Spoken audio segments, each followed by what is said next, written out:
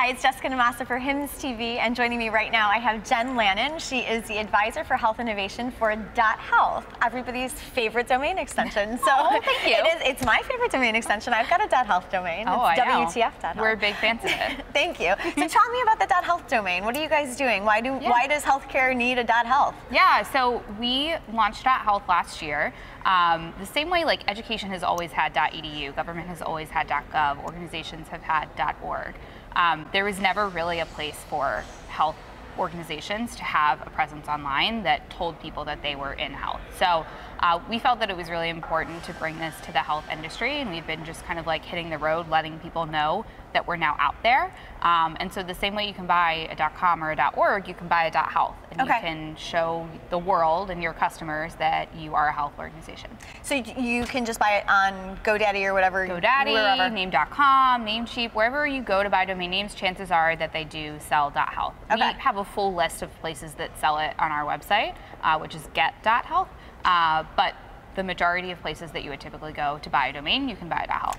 I love this and the potential for it in terms of branding for health. So talk to me a little bit about the feedback you've been getting from people who have bought .health domains as far as that goes. Like, are they excited about it? Like, they're so excited, and it's so cool because, especially for the HIMSS audience, we actually, one of our first use cases and people that reach out to us before we even launched .health, they were like, we really want a .health right now.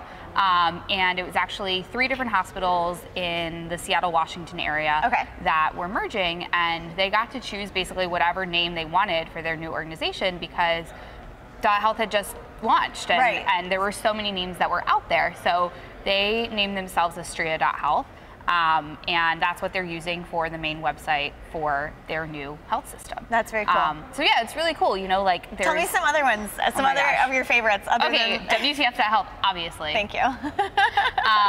Well, we're here at Health 2.0, and I know the Bayer Grants for Apps program usually has a big presence here, which they do this year as well. So they were rebranding to just be more G4A. They started as Grants for Apps, literally, and now they're doing a lot more. So they rebranded to G4A.health for their global innovation program, which is one of our favorites.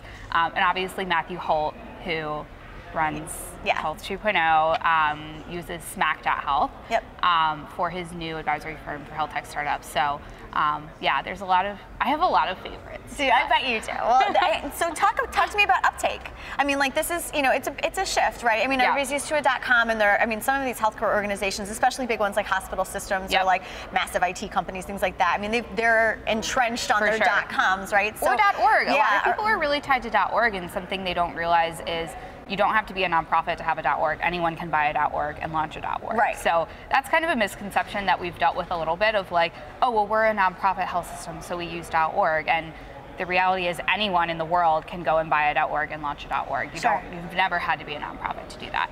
But uptake has been really great. Yeah, so I was going to say. We launched last year. Now we have over 8,000 registrations. Very cool. And what we're also really encouraged about is we just hit our 1-year anniversary of some of those first domains. And, like a big kind of like, okay, are people really using it? Is like, okay, are they actually renewing their registration for the 2nd year? And we had like amazing, amazing numbers of renewal registration. So to us, that's like a really great sign that people are actually using these domains. That's very cool. And so, like, for some of the bigger companies, I guess, too, I mean, even like health insurance companies and things like that, have you noticed how are people using this? I mean, like, because you don't necessarily even, I mean, a lot of people have like vanity URLs that they're using, or they have a microsite that is supporting a much larger site. So talk to me about some of the ways people are using the different, the .health domain. Sure. So another example, obviously, yes, you're right, you don't have to rebrand. Although someone told me yesterday about a really great .health site of a company that rebranded to a .health, and they have been around over 100 years. That's and they cool. rebranded to a .health. So you can still rebrand. But just redirect your site. But a lot of people are doing other cool things, like we're based in Miami. University of Miami Health System uses umiami.health as their URL shortener. So when they're tweeting and things, like rather than having bit.ly, that's smart. They put in the umiami.health, and then they can do cool things like umiami.health/smoking, or they things about smoking cessation or things like that.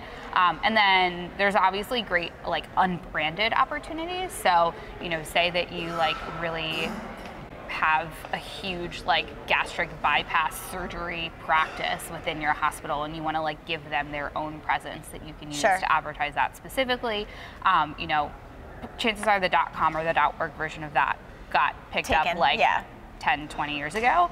But now with .health, like the majority of those are still available. So you can do some really awesome things with unbranded campaigns and like highlighting specific specialties or doing specific campaigns, again, like around smoking cessation or things like that.